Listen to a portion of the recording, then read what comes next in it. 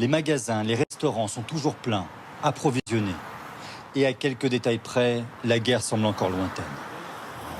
Derrière ces murs, le Kremlin tente d'organiser la riposte pour mieux supporter les sanctions.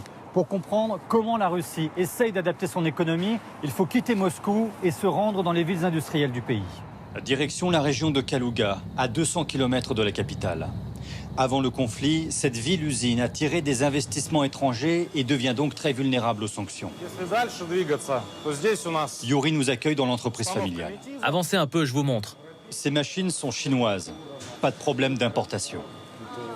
Mais pour fabriquer ce matériel d'analyse médicale, ce chef d'entreprise utilisait des pièces détachées européennes.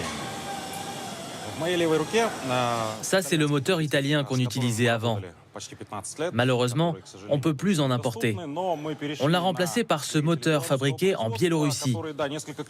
Il est un peu volumineux, mais sinon, c'est exactement la même chose. Et en plus, c'est moins cher.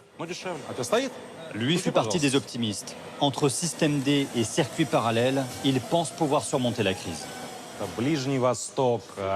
On peut en exporter vers le Moyen-Orient, l'Asie. Vous, les Occidentaux, vous devez comprendre que le monde est beaucoup plus vaste que l'Europe et les États-Unis. Nous vendons déjà du matériel vers l'Afrique, qui est un continent d'avenir. Pour compenser le manque d'importation, la Russie est obligée de produire davantage.